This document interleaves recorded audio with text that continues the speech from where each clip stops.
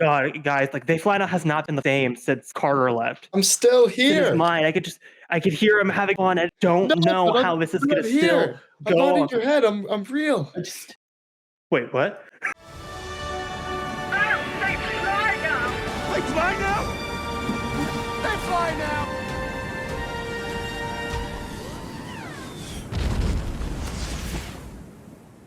Holy crap. We're really back. How long has it been since the last episode? It's been a long ass time. No way. Our last episode was our post-celebration episode. 6 months. Well, what's crazy was the first episode was a year and a half ago. It's insane. That's Also, what's weird. Is it's been a year and a half since the start of all this shit. and I do not recommend going back and watching the first episode because it was fucking it's horrible. Let's never watch that episode again, actually. No. Do not do that. I actually tried. So I was telling Hereth, I had an English project. So yeah, let's just say, So I've been in college, whatever, very busy with wrestling and college. But for one of my projects, I had to do a podcast. I was like, oh, let's just rewatch some They Fly Now. And I clicked on the first episode just to like kind of see what it was. That was not okay. And I don't know how we went on, but we did. And we got a lot better. There were so many from like a hosting standpoint, a personality standpoint, technical issues. It was just not a good episode. A battle of the robots. The Great Carter Robot Wars. That was quite the time. But we're back. So obviously, you guys can see that we are no longer on the They Fly Now channel. We're going to be solely on Pods One now, which is pretty cool. It's like over on Pod One, it's crazy. Of like, obviously, we still have the podcast and everything, but it's like our channel's just expanded in so many ways. Yeah, and you guys have seen plenty of Hereth on Pods One, but none of me. Again, like you've been busy, man. I've been busy. I remember the struggles when we were doing They Fly Now like 6 months ago, and I would be going to classes and then coming back to my parents' house to record these. Yeah. And then like trying to balance these in there. It was a lot of work. Yeah, and throw on top of that wrestling, which is working out 2-3 times a day. I mean, there's some days where it's get up, lift, class, study hall, wrestle, study again, and then it's like 10 o'clock and you're like, holy crap. You're just burnt. And burnout. And it was actually hard to even get caught up on my Star Wars stuff. And it was to the point where I had a really rough month where it was like grind. Then I got done with that month and I was like, holy shit, 9 episodes of Andor released. And I've watched one of them. I was like, okay. I was like, this cannot be happening right now. So then I took like a week. I didn't have much homework to do at all. I was like, okay, we're going to get all caught up on Andor. We're going to try to read some High Republic, get back into the community a little bit, which I did I would say, there was a time where I wasn't involved in the community literally at all. Dude, Carter was like 3 months, off the 4 months. grid for months. I know. And then came back and then had to take a little bit of a break recently just because of just family time. It's holidays. Now back to the community for the next few weeks and getting caught up in everything, which I'm reading The Hobbit right now. So we're going to talk about that a little bit. But I'm like, let's see, how many pages am I into this? Oh, shit, you're still on Path to Sea. I know. I'm 160 pages in, but I'm just going to finish this in a day. You wait, Carter. You are not ready for what the fuck you're getting into. Yeah, I'm excited. But I guess actually that can lead into our first segment, which is going to be a little Christmas haul. Since the holiday season just happened, we might as well just show our viewers what a nerd Christmas may look like. Hereth, if you want to go first. Yeah, I'll go for first. So obviously, again, Carter and I are big High Republic people, and I've been chasing a complete Phase 1 collection. So I finally went through and got the trade paperbacks for. Oh crap! And then I got Volume 3. So I got all the. Oh my god! Monster of Temple Peak, but I do have all the Marvel. Holy crap, that's awesome. And shout out to longtime viewer CJ. I learned recently that if you go to the back of Volume 3, Eye of the Storm actually is included. No way. So I always thought it was just the main High Republic, but no, they actually went through and included Volume 3. So yes, if you buy Volume 3, you will get the 2 issues of Eye of the Storm. That's pretty nice actually. I almost bought one of them, but then ended up reading them on Comixology. And I just never really felt a need to have them. But that's nice. You kind of have the complete set. I just need the IDW comics. Yeah. We'll stay on the High Republic thing. And I got Finally. Hey, okay, it's been a Finally. running joke. You know how like Midnight Horizon Phase 1 was the joke that, oh my god, is Hereth ever going to finish Midnight Horizon? Uh-huh. That's me with Convergence. You haven't finished Convergence? I got 8 chapters in, and then I was just like, you know what, this isn't as good as Path at Sea. And then I just never got back to finishing it. And then school happened, and then I've been insanely busy, and I've been staring at it on my bookshelf every single night I go to bed. I'm like, I should finish this. So what you're saying is you're going to get lapped by Carter, Probably. who has not read anything. I will try to I know if I just spend 4 hours one day, I could just knock it out. Grind through it, yeah. Now I have to finish it before you. Now it's going to be a race. It's going to be the I absolutely Ascendancy have trilogy to. all over again. It is going to be the Ascendancy trilogy. Holy crap. Also, continue the High Republic train. I know Carter said this for a while, but this is on my Amazon list for the longest time. I did get Tempest Runner. So I could actually listen to the audio drama while reading the script now. That's probably my favorite book just by how it looks in my entire collection. Yeah. It's also Because a thick boy. It's a thick boy. It is a thick boy. I mean, you can see on my shelf, like, it goes right there, that big giant cat. Yeah. It is a thick boy. And speaking of thick boys, I actually got the thickest boy. Hey, shout out to this. Finally. I was hyping this book up so much. I just never read it. It's just so good. You don't know. I know. I don't. Okay. It's hard when it comes to Star Wars books because it's like my top 5. I think my top 3 are pretty consistent. They just stay there. But 4, 5, and 6, which would be the High Republic Adult Trilogy, I've just put a number 1, all 3 of them together because I can't really. Fair. Rising Storm, Fallen Star just slipped places. I just put all 3 of them together. Okay. And I'm going to go Thrawn, Treason, and then Lost Stars. Yeah, I would probably say Lost Stars is number 1. I love that. I actually wrote an essay about that book this Hell semester. yeah. And it was like awesome. Like okay. Not to get too sidetracked. I somehow found out a way to write 3 different papers about Star Wars this semester. As you should. As I should. Because it would be like open prompts. And I was like, just gonna make this about Star Wars. So I'd probably have to go Lost Stars. Yeah, High Republic. Whatever you want to do about those 3 books. So probably group them together. And then maybe Bloodline, Lesser Evil, Treason. One of those. I guess I just named like 6 books, but I always, for me, I love Lesser Evil, but I always put Treason above it just because of because like I feel like with like Lesser Evil's good, Chaos Rising is good. I just feel like you have to like I like Greater Good more than most people, but like you really do have to just blow through Greater Good to get to the great part of the trilogy. I don't know. I know we talked about this a little bit a long time ago, but I think I actually liked Greater Good better than Chaos Rising. See, I just think it's like I like the mellowness of it on the farm and all that stuff. I just think it's different. Like, there's always a person in VC that is ripping the memories chapters in Greater Good, being like, I don't fucking care about this chiss-ass farmer who's just growing his crops and stealing jewelry. True. That is basically what it is. But Lesser Evil is the best out of those 3. 100%. Out of the 3, Lesser Evil, and then I would say in the original trilogy, it's either between Thrawn 2017 or Treason. Yeah. I love it. Okay. I made a video on my hot takes, also speaking of like catching up. Like, one of my hot takes was Alliances is the most overrated Star Wars book. In my opinion. 100%. I actually 100% agree with you. There's no book that I would say I would call overrated except for Alliances. Everything else I would say is pretty properly rated. I hate when people say this in the Star Wars community, but I'm going to say it. It's a really good novel. It's just not a good Thrawn novel. This is going to get me hated. I already know because there's gonna, like someone is going to be like, oh my God, Carter hates Alliances. I don't necessarily like the Padme and Anakin stuff. Like, I just don't really care for it that much. I don't know. I didn't really care about it either, but the epilogue made the entire story worth it. True. The epilogue is really, really good. Honestly, like, oh my gosh. But still, here's my unpopular opinion. Unless you're the biggest Thrawn stan or the biggest Anakin and Vader stan, you can honestly probably skip Alliances and miss nothing. Because they literally recap the most important parts of Alliances in Treason, and then they expand on it even more. The only really thing I would say you miss out on is the Skywalker Chiss, but they bring that back up in Treason and they expand on it. Yeah, and they act like you. I forget who did this. Like I think it was Char. I think Char actually skipped Alliances. I think he just went Thrawn, Treason, and then missed nothing. Yeah, or just read the Ascendancy trilogy. Okay, if you're going to read the Ascendancy trilogy, I would probably say you want to read Alliances. Yeah. because you'll get enhancement with the Grisks and stuff. with the Grisks and not the Grisks and stuff. No, just the whole. I mean, I guess I could just put a spoiler warning for Chaos Rising. It's been out for too long. There is a moment near the beginning of the third act where it intersects with alliances because Thrawn's like, I have to go out to lesser space to get something. Yeah. And you're like, what the hell is he getting?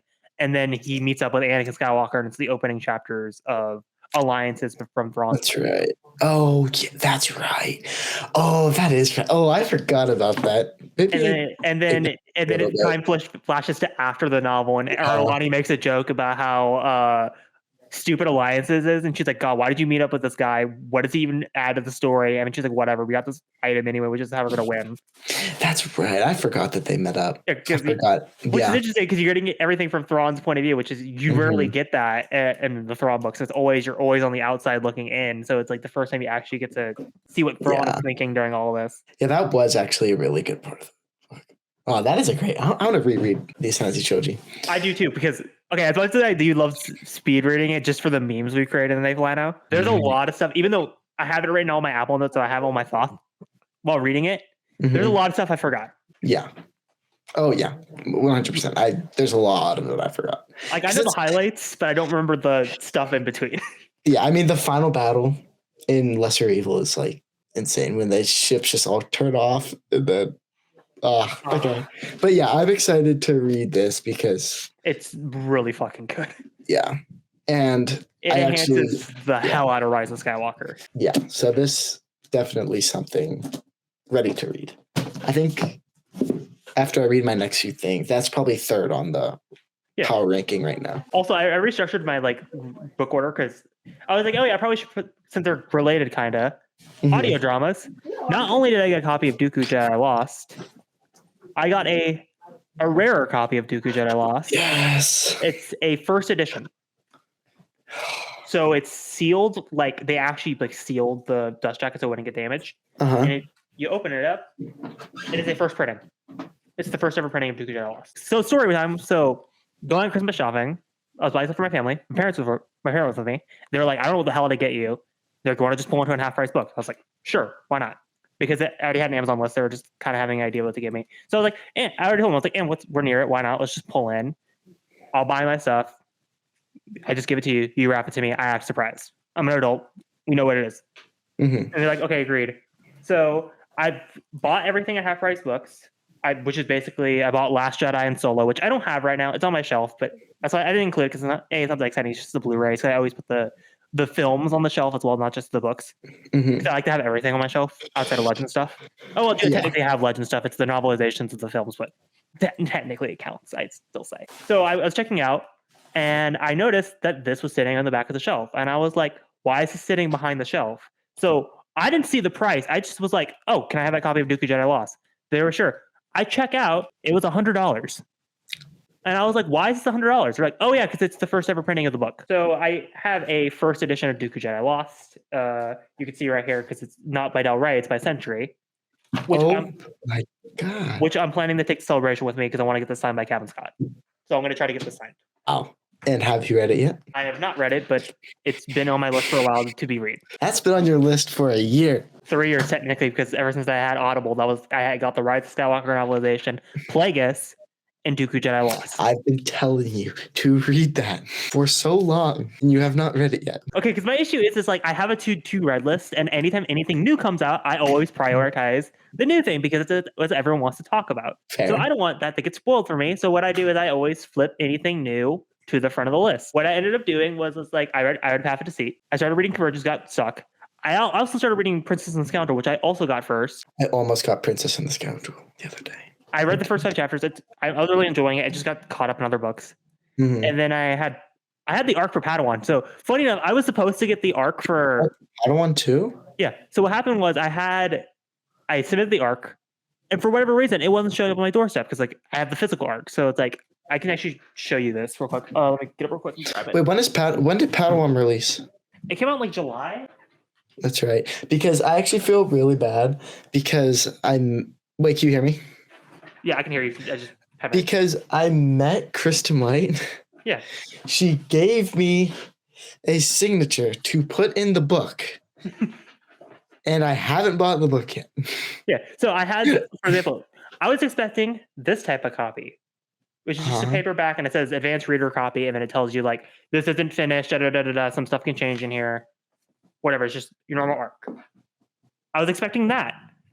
The publicist got back to me 3 weeks later and was like, "Oh, by the way, we forgot to send you the arc for the book, so we're just gonna send you a copy anyway." No So way. I have the hardcover for Padawan. Did you get it? Yeah, I do, but I do have it. So they sent it to me for free. Do you still have this? Because didn't we get this to, or was that with Bale? No. So if I remember correctly, so this is a lot of things at Celebration's hilarious because it's like anytime you see a photo of people and I'm not in it, 9 times out of 10 I'm either there sitting on the floor because I'm tired and exhausted, waiting in line, or I'm not there. But do you want to go next? Yeah, I'll go next.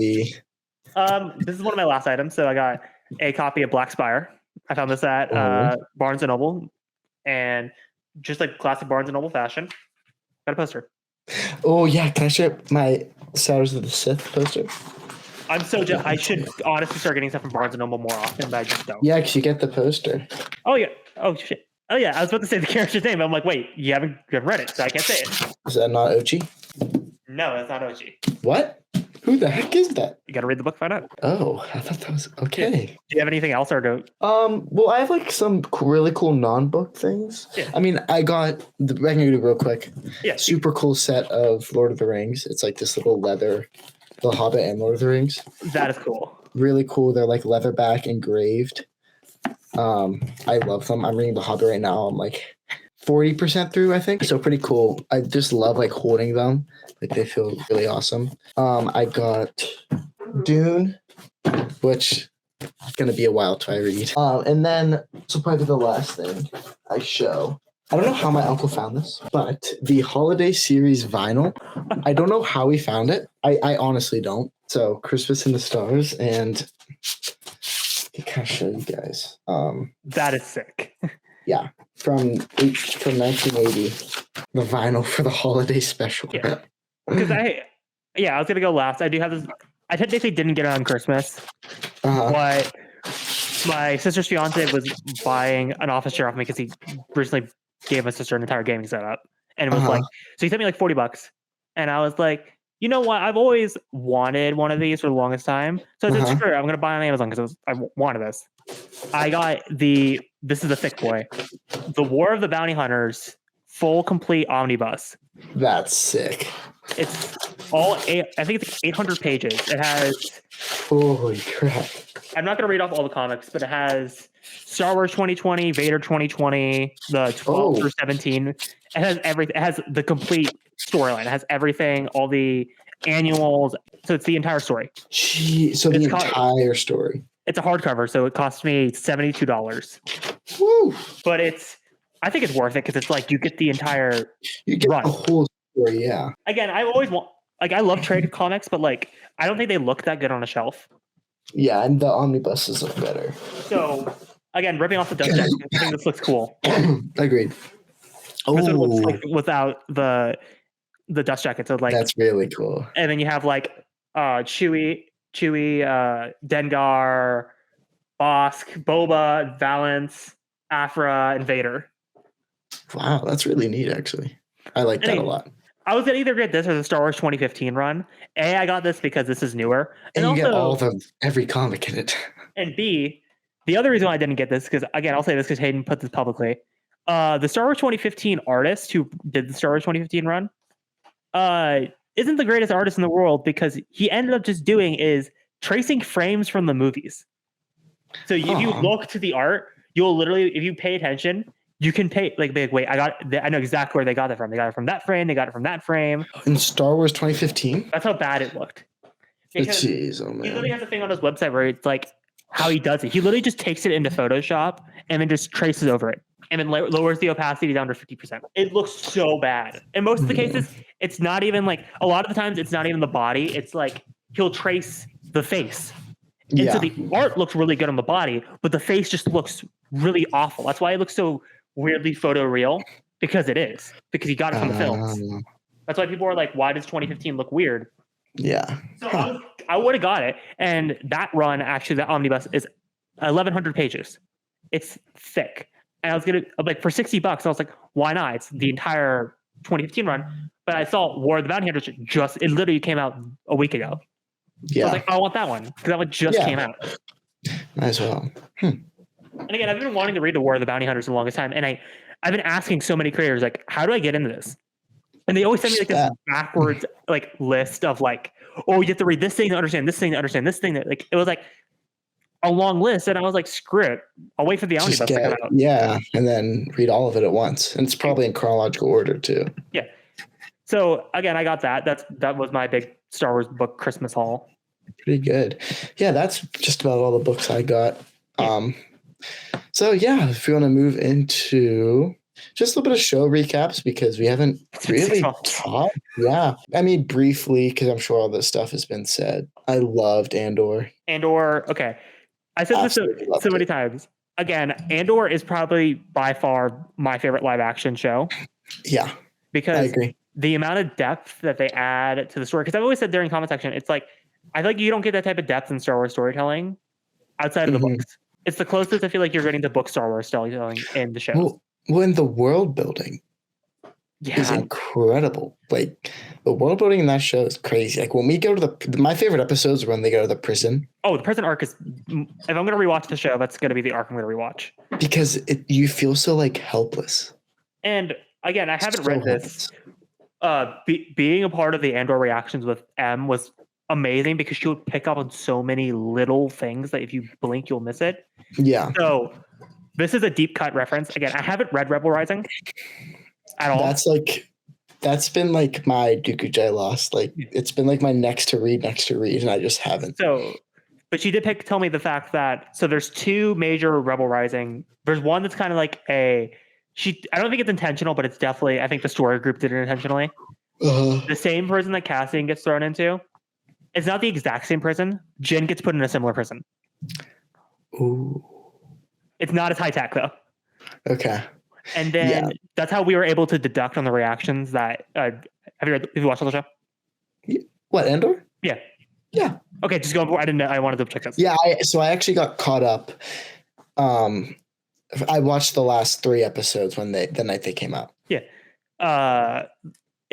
We were able to deduct during the prison arc that they were building the Death Star. Like Luke and I and Em were like, that's the Death Star. Yeah. And even Pep and Brandon were like, that's not the Death Star. I'm like, no, I'm pretty damn sure they're building the Death Star. I thought they were AT-AT feet. Yeah.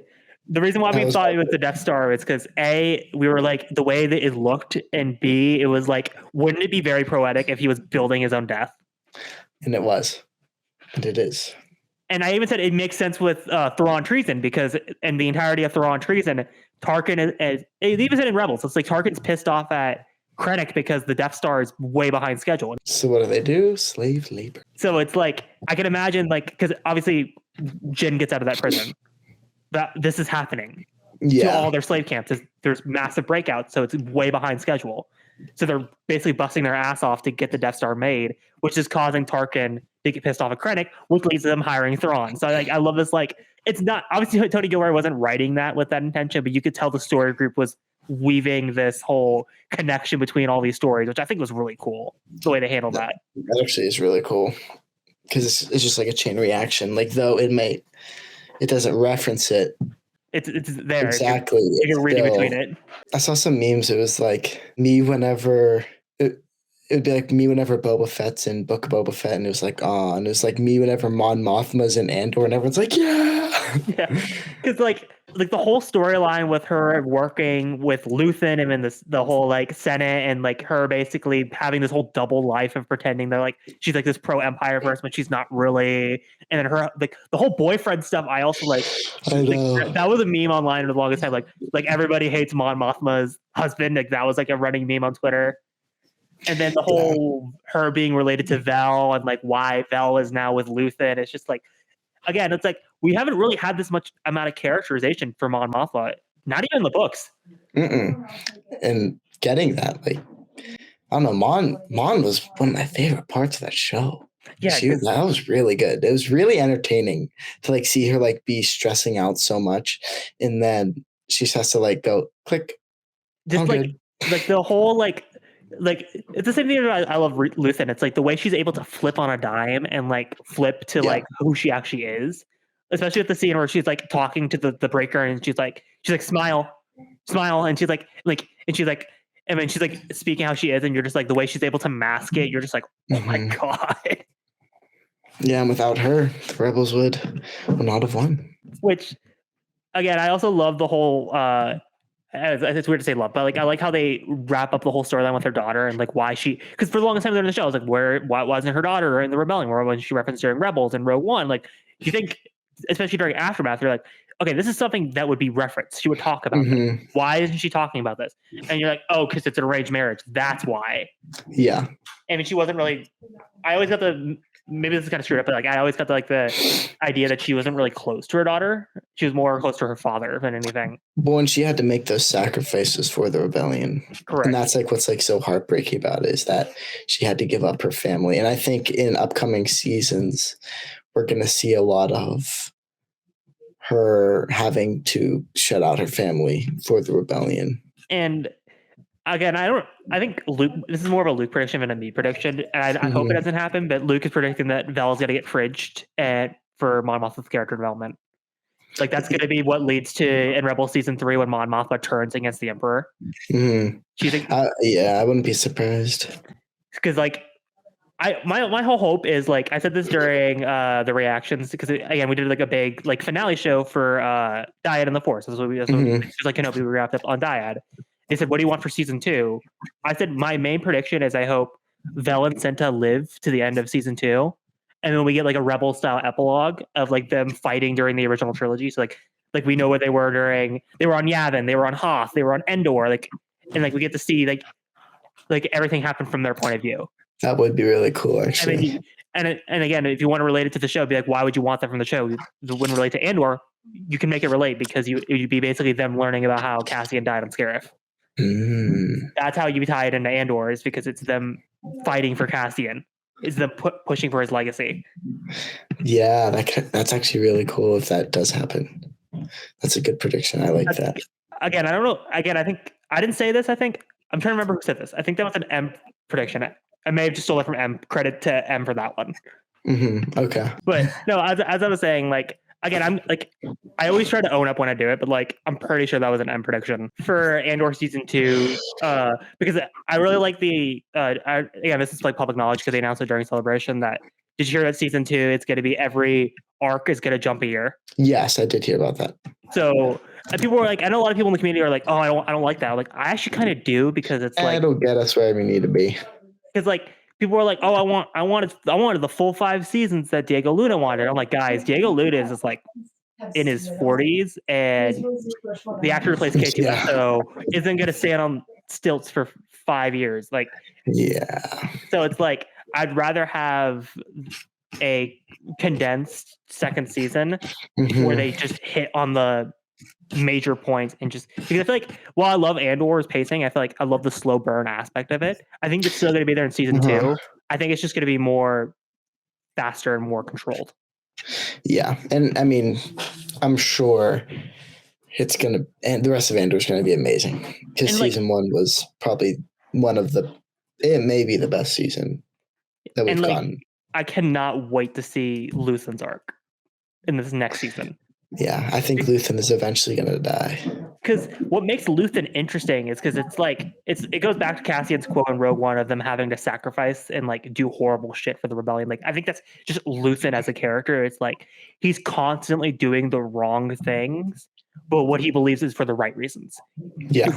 Em always pointed out during the reactions that Luthen and Saw are very similar characters, like how they act and how they do things.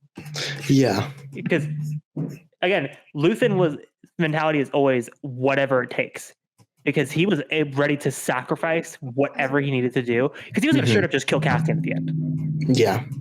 And then again, because like Luthen, like what I love with the ending arc is like everything that happens on Ferrix is completely out of Luthen's control. Luthen's like, what the hell? Like, because again, Luthen wasn't expecting anything like that because he was just expecting for Cassian to be executed and he was just going to do it himself. Yeah. And then when all that went down, he was just like, damn, like these upcauses and risings are happening throughout the galaxy. It's like maybe like again, it's like you can kind of see that character shift for Luthen, like again, like maybe like these 15 years, like the whole monologue, going back to this monologue of like, I've been doing this for 15 years, like whatever written up like 15 years ago, and like dreaming of nights that will never come. It's like it's finally happening, and it's like again, it's like I don't like redemption arcs in Star Wars because I think they're kind of getting stale. But I think a Luthen redemption arc could be interesting because it's not going to be your typical redemption per se. It's not going to be like, oh, I'm a villain, now I'm good. It's going to be more like I've been going about this the wrong way. How can I shift and change myself type of redemption, which we haven't had that type of story in Star Wars. True. And speaking of redemption arcs, let's talk a little bit about Bad Batch. Not to interrupt. Oh yeah, let's talk about Bad Batch season 2. Yeah. So are we gonna see a Crosshair redemption? I'm gonna agree with Alanis on this one. I hope we fucking don't. I really love the twist in season 1 of like, this is who I've always been, and I want them to stick to that. Maybe like a glimpse of good. Like maybe he like lets them go one time. Oh, like I don't want stuff like that, but like I don't want to see him join back with the back. Like I want him to stay with the Empire. Or maybe he dies and like realizes or something like that. Because I think what I love about Crosshair and like again, I love Star Wars, but like I think redemption arcs in Star Wars are kind of getting to the point where they're really stale. Yeah. Because it's like again, it's like we've seen it so many times. It's like they redeem themselves and then they immediately get killed, and then we don't really get to see them atone for what they've done, and then it's very quick and dry. But what if we saw that? We saw him like get punished. I really like the idea of like, because I think Crosshair is like the perfect antagonist for the show, especially with the clip we saw at Celebration. Well, I mean, not really a clip; it was part of the trailer, but the whole scene with him and Cody, of Cody being like starting to regret what he did for the Empire, of like him questioning Order 66 and why he did it. That's what I love about Crosshair. It's like, because it's like, this is who I've always been. He's always been this crazy fanatic fascist. And from the jump. The sure the chip enhanced that to a degree. That's always who Crosshair's been though, which I think is a very interesting story in Star Wars we don't really see often, because it's like, again, a lot of times they just get redeemed or they get killed, and it's like not that interesting. But like I feel like if they focus on Crosshair being this way, it could be an interesting story. Agreed. And seeing some development in Omega is going to be really interesting, because she looks like a badass in all the trailers. Because she's actually like beating the crap out of people though. So yeah, because again, it's not going to happen this season, but whenever Bad Batch ends, I have a pretty good idea how it's going to go. What do you think? Crosshair is going to kill Hunter. Omega is going to take over the Bad Batch. That'd be pretty cool. Like imagine a scene of her building her helmet and becoming the leader, and then they go on one last hurrah against the Empire, and that's where they all get killed. It's like their final stand. That would be pretty cool. Do you want to go through the episode names? Oh, did the episode? Oh yeah, they came out. Oh yeah, so could we put them on? Yeah, we'll put it on the screen. Okay, I want to take a look at January 11th, the Solitary Clone. Oh, that's not where I was thinking you're going at all. I thought you were going to go with... Who do you think that could be? Solitary Clone. That sounds like Wolf to me. That sounds like a Wolf episode. I think that would be the episode where Rex comes back and it's like, "Hey, I have a mission for y'all. Can you do something for me?" Okay. That's the episode where they save Wolf. That would be my guess. Here's what I think it could be. Now, this could be a little bit out there. I think it could be a Boba. A Boba Fett makes a Bad Batch debut. The Solitary Clone, I think it kind of makes sense with what Boba's doing around this time. So my prediction is that the Solitary Clone is going to be a Boba Fett episode. Well, again, I've seen a lot of people talk about, because Daniel Logan has been making a lot of weird hints, especially during Celebration and especially on his Instagram. I think it's not happening. Obviously, they're never going to confirm it, but I think it's close to, it's going to happen, I feel like, in the show. I think this is going to be the season where Boba comes in, because it has to be this season if there's going to be any season. Yeah, and I think that episode could be the episode. Looking at the February 8th, 2 episodes, Clone Conspiracy and Truth and Consequences, that would make complete sense for Cody to come in those. Yeah, so, okay, going into these 2 episodes, because I think if you're going to have an episode where this is the Cody debut, it's going to be 7 and 8. I think these 2 right here are going to be the episodes where Cody comes back, and it's going to be the episode where... because again, I feel like Cody's arc is going to be very interesting in Hmm. Bad Batch, because it's like, again, I know a lot of people wanted to see Cody and Kenobi, and I thought I agree with the writers here. I think that was the wrong choice, because I think if you really think about it, Cody doesn't really have that much of a connection to Obi-Wan. Exactly. That's what I was just about to say. He really he has a connection, but it's not like a Rex Anakin. No, it's a professional relationship at the end of the day. Yes. Like, he's regretful how again, it's not really a spoiler because it's in the new trailer, because they released the trailer we saw at Celebration, that they kind of cut it more up. Yeah. You could see Cody obviously regretting his decision at Order 66 of betraying Obi-Wan, but he knew it was the chip. But it's also like, yes, he's feeling regret about it, but it's like, at the end of the day, it doesn't really affect him as much as like Rex betraying Ahsoka or that kind of stuff. It's like, it doesn't hurt him as much, or like the canon Last Padawan comics, where it's like you could feel that like them betraying their Jedi emotionally affected them. Cody, I feel like it didn't really. He feels regret about it, but he's like, I had to do what I had to do type thing. Yeah. I think that's what Crosshair is going to spin it to him. This could be maybe a bit of a hot take. I don't think we need more than 2 episodes with him.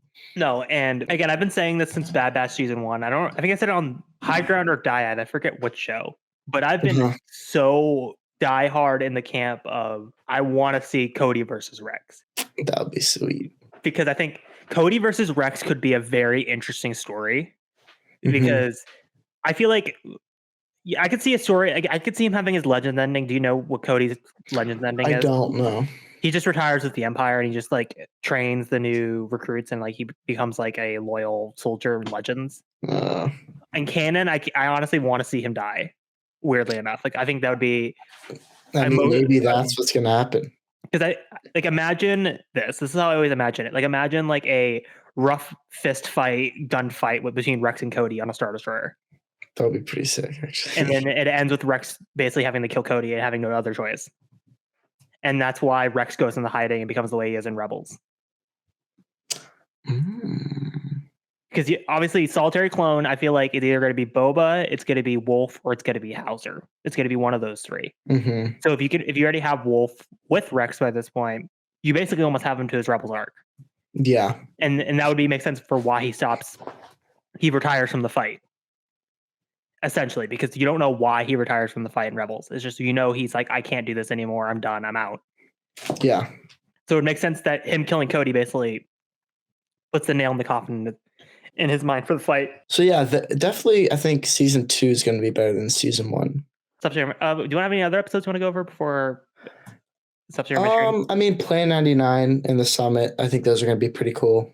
I have no clue what they're going to be, but I have an idea. It's either going to be the Outpost or Plan 99. I think that's going to be the episode where they go in and try to get is it Lama Su that's now with in the cloning facility that was an heir to the Empire? I think it's Nala Se. I always mix those two up.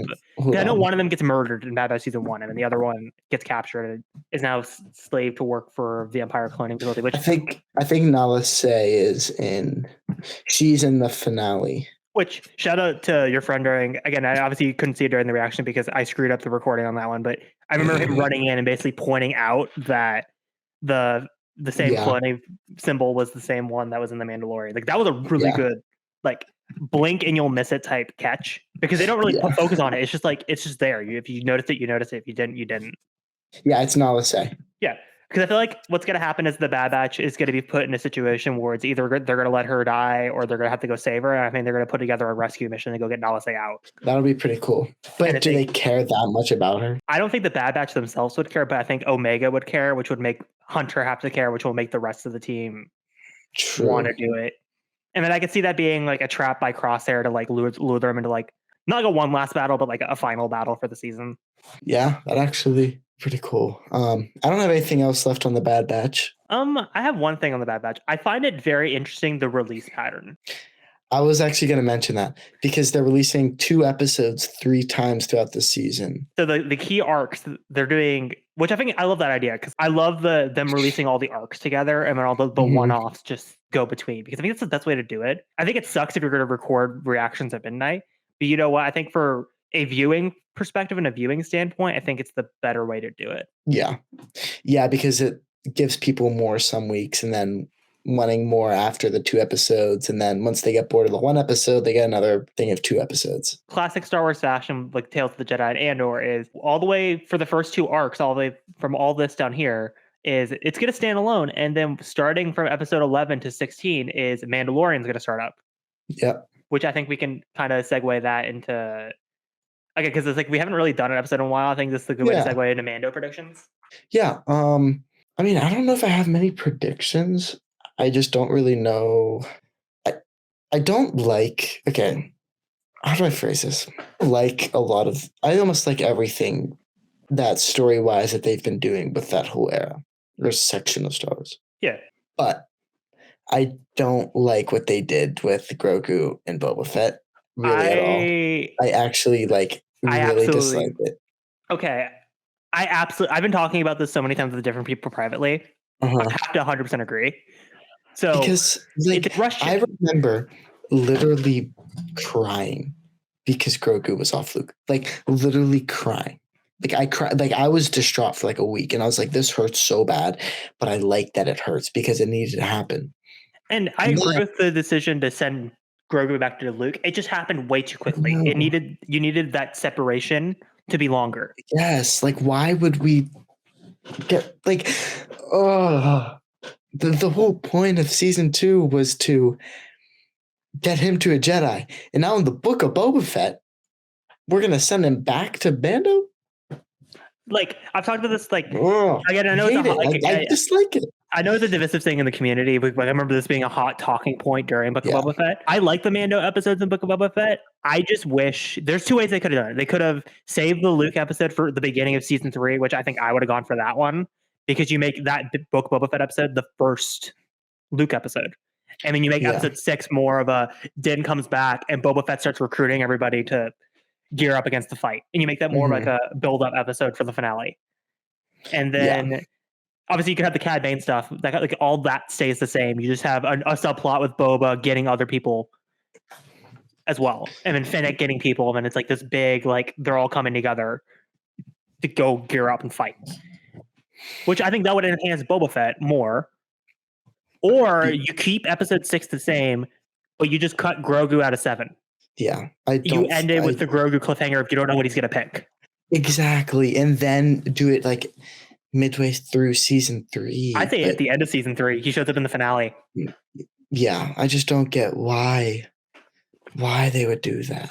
I really dislike that decision. Because it feels like, okay, I'm not saying what Lucasfilm's doing is doing this for this exact reason, but it feels like they're giving into the capitalism and money in Grogu. They're not doing it for story reasons. They're just doing it because Grogu's profitable. They need to keep the profits up. Let's just keep Grogu in the story. Yeah. Which it sucks to say because it's like I am with you. I really love what they're doing with that era of Star Wars. Like sure, the Mandalorian, Book of Boba Fett aren't my favorite live action shows. It's still Andor and Kenobi for me. Agreed. But it's just more of what I prefer in Star Wars. It's just more character study Star Wars stories. Yes. Not to like rip on Mandalorian, but like I put this in my hot take. Like I love Mando. I think it's a great series. I think it's better made than Kenobi. I just prefer more character studies than Adventures of the Week. I agree. I 100% agree. And that's part of the reason why I like Rebels more than I like Clone Wars, is because Rebels is more character study based. The whole thing's basically a character study. Yeah. So I agree. Yeah, I like Kenobi more than I liked Mando because of that reason. But what are your, if to kind of maybe start closing things down, what's your bold prediction for Mando season 3? Bold prediction for Mando season 3: Sabine's going to show up. I think you're going to get the setup for Ahsoka in the Mandalorian season 3. I think the Wren family is going to play bigly into Din's success into becoming Mandalore. Okay. And I think Sabine's going to be one of the people that kind of decides it. And then maybe you get a cliffhanger with what Thrawn's been doing all this time, and then it leads right into Ahsoka. That's actually really smart. Introduce them a little bit in Mando. Then you get people that want to watch, because okay, this is my, like we talked about this so many times in VC. I love Ahsoka, and I think it's going to be a great continuation of Rebels, even though I'm a little worried with the leaks, but we're not going to talk about that here because again, I don't want to. I don't know the leaks, and I don't actually. Off air, we'll talk about some of the leaks. Oh, you want to go? Okay, we'll put a spoiler warning for people that don't want to know. We'll talk about it at the very end. Again, these leaks are questionable at best. That's how I'm going to phrase it. I don't think they're going to happen the way people are saying it, because it's like, it sounds like, we'll get, when we get to it, I'll talk about it when we get to the segment. I'll just kind of leave that there. Okay. So I think Mando season 3, I'm going to enjoy the story. I hope, like, I love season 2. My biggest issue with season 2 is it took away focus from Din Mm-hmm. and put it on Grogu. Like, obviously, rightfully so, but it's like, my favorite episode of The Mandalorian season 2 was episode 7, the one before the finale where Din has to go get the information where Grogu's at by taking off his helmet, and then you get the whole great moment with Mayfield and Din talking about Operation Cinder with Operation Cinder, yeah, with the Imperial agent. Like that's my favorite part, because it's like, it's the first time I feel like that entire season where it's like we're focusing on Din and where he's been this entire time. Yeah, why don't we talk about it? So let's talk about the leaks. Again, spoilers. I mean, I don't know any of these leaks. So it comes, again, I will say this. It comes from this very, very questionable source. Okay. So disclaimer. These are probably not going to happen, because I'll get to it in the article. Let me pull it up. So I'll read the article and kind of give you like a good summary of what happened. Yeah, like a summary. So Star Wars Ahsoka exclusive, Young Ahsoka and the World Between Worlds. So basically, this person has because they were the person that leaked a lot of the stuff for Kenobi. So that everyone's like, oh, this person must be credible, even though, no offense, a lot to of the their leakers, Kenobi stuff wasn't like, they had like one right thing and the rest were kind of off. Because my thing and was then like, everyone said that they were completely credible. Yeah, when they were not. Like, one of their 10 things that were leaked were true. I'm not trying to pat me and Luke on the back, but me and Luke predicted a lot of the plot from Kenobi was gonna happen. So I'm not trying to like invalidate this person like leak. I'm just saying people need to stop giving like credit to leakers, because I can make up this bullshit and still and be like, oh, this person has accurate leaks, because you get one thing right and everyone's like, oh, they must be right. And then you can make 100 other articles where you're completely wrong. Darth Vader sources. What is a Darth Vader source? That was the joke. It was like, what do you mean by a Darth Vader source? Okay, so like my issues with that is a lot of it. It seemed like this is my prediction, like how they got the source. It's like the person gave them like, because again, with these type of projects, it's very secretive and very like the didn't like remember like the Luke stuff and the behind the scenes reel. They're like, we kept it like under wraps, and they have to use like codes and like, okay, only this essential personnel is on set for these scenes, like people that we know won't leak and sign NDAs and that kind of stuff. So it's like a lot of the bigger stuff I feel like isn't there, and they're getting code from like. It looks like the stunt doubles is my guess from what they're saying in the article, but it sounds like the stunt double is speaking in code, and the person that's writing the article doesn't know what they're talking about, and it's just making assumptions. That's what it comes off as, because the whole like, oh, they're going to use the World Between Worlds to like use it for like Star Wars What If. I'm just like, that's not how the World Between Worlds works. That's not how we've already established in Rebels. Like, it's because like I'm going to steal like Darth Chaco's like explanation of it. It's like, the World Between Worlds is not time travel. It's where time exists all at once. That's how I've always seen the World Between Worlds. That's how they explain it in Rebels. It's not time travel. Filoni's came out and said it's not time travel. Yeah, it's like a Corvette, where it's like it's constantly rotating and changing, and like you're seeing it develop. And it's like, sure, I could see Ahsoka, like them using the World Between Worlds to kind of like recap what's going on in Clone Wars and Rebels for some people. Like, oh, Ahsoka hears, like kind of like the first scene of Rebels, where you're hearing all these voice lines from all the movies. Like I could hear her walking through the World Between Worlds, and you're hearing all these iconic scenes from Clone Wars and Rebels and Mandalorian. And you're just hearing it in the background. And it's kind of like as a way to like kind of help recap it to fans that haven't watched it, because you got to think. Ahsoka is going to be written in a way where it's like, yes, it's going to be very satisfying for the people that have watched Rebels, but it's also going to be written in a way for people that watch Mandalorian. A Rebels sequel, so they're going to need to. And I feel because there's going to be people that are like my parents, or like people like who will watch the show going, oh, it's the person from the Mandalorian with the cool white lightsabers. I like her. I'm going to watch her show. So you know there's going to be people that are going to do that, not really familiar with her arc in Clone Wars, not really familiar with her arc in Rebels, and they got to have to. I think they're going to do the MCU style of like, hey, this is like little one sentence explanations of like how they're written.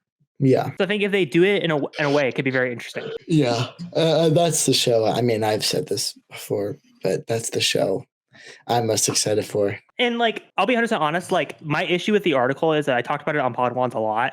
The way the article writer made it sound is I don't like that version of the show, just because it sounds like it's taking a focus away from Ahsoka and putting on Anakin. Yeah, I don't. I think we should have a scene with Anakin, but that's it. It should be like I Qui-Gon want Kenobi. It should be like Qui-Gon and Kenobi. He's there for a Yes. scene. He's very important to the show, but he isn't a player. He's just because like how I imagine it is like again, last time Ahsoka saw Anakin, he was trying to kill her.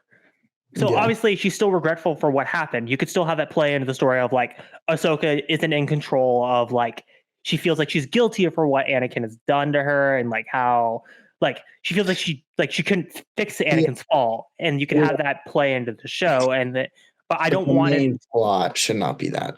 No, it needs like that can be I'm expecting it to be a background character arc at the most. Yeah. I think my ideal main show is trying to find Ezra, and then they do, and then Yeah. Because that's all I want. I just want Ezra to be a major component. And if he does go down in the show, which I'm predicting will happen. which I hope, but I don't think so. If he does, it better be insane. It better be like the best way for him to go down. I can't have him if he goes down some stupid way and they just like throw him away. I will be devastated. Because it's like because that's my issue with Ahsoka and The Mandalorian. It's like you have these arcs that have been building for the longest time. For like we've been waiting for Ezra's return since 2018. It's been 4 years. By the time Ahsoka comes out, it's going to be 5 years since the show finished.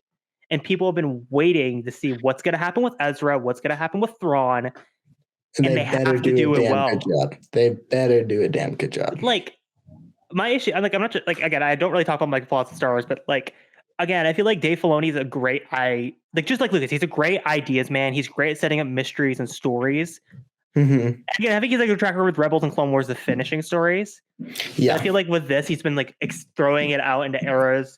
So he's like, I will never have to touch that. I can just leave this as a mystery. But now he's like getting closer and closer to the ending of the story, and now he's like, oh shit, I have to wrap all these character arcs I've set up for the last 15 years. How do I finish this? Yeah.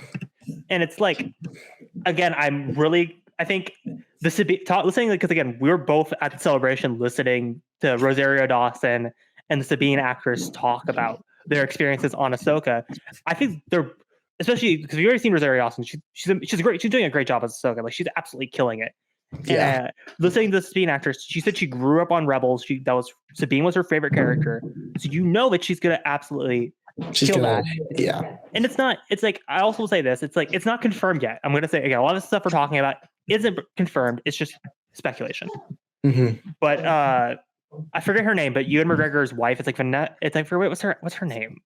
I can look it up real quick. It's basically confirmed. It's like, I think it's almost as confirmed as Rosario Dawson and Mary Elizabeth Winstead. There it is. Mary Elizabeth Winstead. I think it's almost just as confirmed as Rosario Dawson in Mando season 2. Mm-hmm. She's gonna play Hera. I feel like she's gonna play Hera. Yeah. If you look at her, like you're like, yeah, that's live action Hera. Yeah, and that'll be incredible. Again, we didn't see that. We weren't lucky enough to get into the panel for the Ahsoka panel, but we saw the really bad leaked trailer.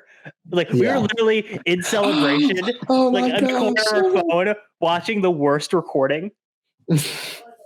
Like, but it was worth it. Like, I don't even know, like what is with leakers having the worst recordings ever? Well, because everyone's watching like a hawk, and you're just like, and it's like, it's never like, okay, they're recording it horribly, and then they delete it like within 30 minutes, and so you're watching a screen recording of a screen recording of a screen recording that's like super low quality, and you're like squinting to see the screen. You're like, is that? I'm pretty sure that's Hera.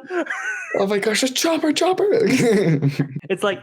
It's like this is the show I've been like the most excited for. Like this has been the show I've been like waiting for to come out, because it's like, again, like Luke had a Kenobi, Char had Boba Fett. This is like my Star Wars. Like this is like my Star Wars too. I mean, like this is my favorite character coming to live action finally. I even said this during, again, not to regurgitate a lot of things I've been saying on Pod Ones, but like with the Ahsoka stuff, like honestly, I feel like Luke's going to be in the first episode of the show because of the Book of Boba Fett. Like Bucky has done an amazing job breaking down why it's going to happen, because it's like you don't set something up like that not to pay it off. Yeah, because the way they did it's like, oh, they already met. You have to see their introduction. We need to see how they met, so it makes sense. I think the first episode's going to be a prologue to the entire show. It's going to be how Ahsoka got from the ending of Rebels, not the epilogue, but the ending of Rebels of the War Between Worlds, through Mando season 2, to meeting Luke, to end up meeting Sabine on Lothal. And that's how the first episode's going to end. It's going to be everything post Rebels into during the original trilogy. And I bet they released 2 episodes on day 1. Yeah, the first episode's going to be very much that, and then the second episode's going to be like the actual plot getting started. I don't know if you did you watch Rings of Power? No, I have not yet. It's not a spoiler. It's like this because it's in the episode. It's kind of like what Rings of Power did. They did the same thing where the first episode was very much like a prologue and like it explains everything of the era, and then the second episode's actually the story. Okay. So I think that's how they're going to do it for Ahsoka. It's because the first episode's going to be very much like recapping it for new fans of like where Ahsoka has been, who she is, and then it's going to explain what she was doing during the original trilogy, during The Mandalorian, and how she meets up with Sabine to go find Ezra.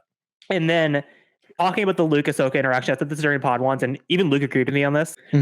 I don't want to see Anakin there at all. I want it to be a complete scene between Ahsoka and Luke because and then eventually I have Anakin in at a different time and just let them have like a moment together. Yeah, because it's like I see Ahsoka kind of like how I see Rebels to Clone Wars. Yeah, it's a soft continuation of the show. It's not a direct sequel. It's building off of stories that came before, but it's not like tonally the same show. It's going to be. I want the focus to be on Rosario Dawson as Ahsoka Tano with subplots of like obviously the main plot's gonna be about them finding Ezra, but like I want it to be all about Ahsoka. Like I want her to be in the driver's seat the entire time.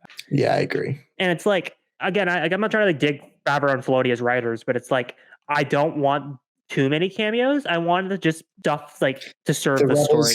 The Ghost Crew cameos is fine. Yeah, because it serves the story. Because they're going to be in. Yeah, but I don't really care about like a Mando cameo. Which I feel like I hate to say it, I think it's going to happen. It's going to happen. It's going to happen. My thing is like, my bold prediction of the show is going to be Thrawn's not going to die at the end of it. They're going to save him for Mando season 4. Yeah, I think what's going to happen is Mando's going to so we're going to have Mando 3, Ahsoka, Book of Boba Fett 2, and then Mando 4 is going to be like the big finale of all of those shows. The reason why I say that is because I'm going off of like, maybe I'm, again, this is a lot of like, maybe I'm pulling the same mistake as Jason Ward with the article. I'm going a lot off of interviews and what they've said about each shows. Because remember, Favreau let it slip during Celebrations. They were doing Mando season 4, which was, they weren't supposed to officially confirm it. Yeah. Remember, he said, "Oh, I'm writing Mando season 4," and he goes, "Oh shit, I wasn't supposed to say that," because he said the exact quote I believe was, because remember, I didn't listen to the interview because again, this is during Celebration. We were running around meeting people, so like I had to like, catch this all secondhand. Yeah. He said something around the lines of, "I'm writing Mando season 4, and I'm now working with Skeleton Crew and what John Watts had written with that show. I'm excited to use those characters and what have they incorporated." So it's like, okay, so the European Skeleton Crew, Mando season 3 is going to work in a lot about the Mandalorians and then the New Republic at the time, because obviously Rangers of the New Republic fell down. So they're going to work a lot of that storylines, I feel like, in Mando season 3 to kind of compensate for the show not coming out. Yeah. So it's going to be very New Republic focused, with the Mandalorians being the two main plots of that. So it's going to be all about Ezra and wrapping up that storyline. And these character arcs have been coming out for like the last 15 years of animation. Yeah. Mando season 4 is going to be what I feel like, it's not going to be the final season of Mando, but I think it's going to be the culmination of all these shows coming together. I agree. And that's going to be like one big battle at the end. I think even like, again, like there's a lot of rumors that I'm hearing animation, which I don't think makes any sense, but they're going to do a kind of canon version of Heir to the Empire, which I'm like, that doesn't make any sense to me at all. But like from what they're setting up, I could see them turning this into a Luke show at some point. And like what he's doing up until Ben Solo comes into play. Yeah. But like, again, I hope with the Thrawn stuff, like I've talked about this so many times, it's like, again, like this has been kind of a Star Wars Twitter hot take talking point. And I've definitely given into this, and I've definitely been negative about it. It's like, I'm worried about how they're going to handle Thrawn, because I feel like, well, Filoni did a good job with Thrawn and Rebels. I still feel like you could see a lot of contradictions to how Thrawn is in the canon books, because it's like, obviously he's the antagonist of an animated show. He's going to be, they're going to kind of like simplify him down to like, for kids. It makes sense. Like it is like, because Rebels. But it's like, I hope they don't do that for Ahsoka, because now that the show is TV 14, yes, it's still going to be aimed at kids primarily. Star Wars will always be aimed at kids and teenagers because that's the main demographic. I hope that we keep the complex aspects of Thrawn from the Zahn novels, because it's like Filoni, you hired Timothy Zahn to write you these books to go along Rebels. Please use them. Like you've said, like obviously, I don't want you to like. I don't expect them to pay off arcs from that book. So I think that's a little too much to ask in a TV show that's already dealing with a lot of arcs. I just want the characterization of Thrawn to kind of remain the same from the novels because it's Yeah, like Thrawn I'm is sure it will. such complex character. Yes, he could still say the antagonist. Yes, he could still be the big bad. I just want it to make sense for what they've set up in these novels. So it's like him being with the remnants of the Empire. They can Mhm. make it work, especially with the way the Ascendancy trilogy ended with Lesser Evil. They kind of left the door open for that possibility, I feel like. I just hope it makes sense because it can't be, oh, Thrawn's power hungry. No, I don't see Thrawn being power hungry. I see him like it's V put it perfectly. I want to see if I could find the quote while we're talking. Because we were having a Twitter thread back and forth. Shout out to Veek, and she's when it comes to Thrawn, she's absolutely incredible. Like she's like if you want someone to talk about about Thrawn, Grand Admiral V, not a Kyber, they're the best of the best. They will. Oh yeah. They will always like give you the best quotes. But I'm going to pull up this Twitter thread because again, Jon Favreau even been talking about what Thrawn's going to be as a villain for this live action shows, and I think the exact quote was "power hungry." And then me and V were like, "That doesn't make sense for what Thrawn has been in canon," because it's like, because I'm like, that's not Thrawn. Thrawn's not power hungry. Thrawn is like, I see him as measured, controlled, like. He's just like because he at the end of the day, I think he just sees the Empire as an asset, as a means to an end to help his people. He doesn't really see them like, oh, I can use Yeah, them. but until he gets kind of skewed by the Empire, then I would say his whole mindset kind of changes Yeah, because from helping his people to getting corrupt by the Empire. for context, this is the Twitter thread. So it goes, V puts, there's still room. I think this is a quote from Jon Favreau. There's still room to Thrawn to be the Mandoverse, what Thanos was to the MCU saga. And V puts this a gif of stop. And I said, I'm not ready for Filoni and Favreau to stop Oliver Zahn's work. Like I was talking about it today and I was spinning all these ways it could work, but I couldn't really think of a way to make Thrawn go back to the remnants of the Empire. Like I put down the bottom, like I know Lesser Evil ends in a way that left it open to make sure it doesn't mess anything up. But I can't imagine Thrawn after losing to the Ghost Crew going back. I imagine he'd be like, F this shit, Ezra, you want to go back to the Ascendancy? Like that's how I more imagine what Thrawn would do. And she goes, I think about this conversation with Night Swan quite a bit. I think it's a possibility for Thrawn to try to create order where he deems there is none due to the fall of the Empire. But just wanting to be power hungry for the sake of power hungry, not absolutely not. I mean, she puts this quote from Thrawn 2017. Again, I'll read it verbatim. It's then the revolt must die, Thrawn said. The danger is too great. The stakes are too high. If the Empire falls, what can replace it? Justice, mercy, Night Swan's smile holds sadness, freedom, Thrawn, chaos, lawlessness, the Clone Wars. How long will you accept tyranny as an unnecessary part of Imperial rule? Night Swan asks. Until all resistance is silenced, until all evils are vanquished? Perhaps your optimism is not as strong as you claim, Thrawn says. The tone of government is set by its leader. But Emperor Palpatine will not live forever. When the time comes for authority to hand it to another, my position as senior office will allow me to become influencer for the choice of leader. And do you expect that new leader to spread light into the darkness? There's hope that he will, Thrawn said.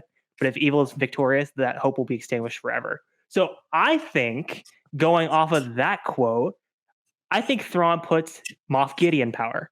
I think he sees him as an asset to the end and being like, yes, because like I always make the joke that Thrawn ultimately joined basically because he saw like the lesser space battle as like the Clone Wars. He's like, oh, I'm going to join the most powerful side, which are essentially the Grisks, but for the everyday person. And Thrawn's like, well, shit, I made a deal with the devil to help them aid my people. I'm now kind of stuck here.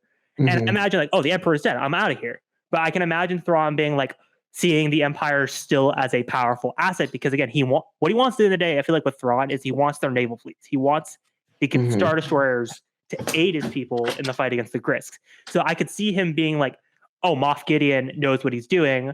Yes, he's evil, but he's not as evil as the Emperor. If I put him in power, I can negotiate a deal with him. Hey, I'll stay in the remnants of the Empire as long as you give me my naval fleet. And he's like, sure. And then that's how they'll write around Thrawn staying in the remnants of the Empire. Sure, I don't think they'll confirm that in Ahsoka, but I could easily see them not revealing why Thrawn is with the remnants of the Empire and he's still there and he's still being like controlling. And then like a couple of years from now, Timothy Zahn will come out and be like, hey, I'm writing a Thrawn Ezra book. It's like a one-off Thrawn Ezra book. And then it explains why Thrawn is doing the things he does in the live action shows. I think that's how they'll do it. Yeah. But thank you all for joining us. This was a really, really fun episode of They Fly Now. And we will see you guys shortly on the pod ones now. So thank you guys for watching.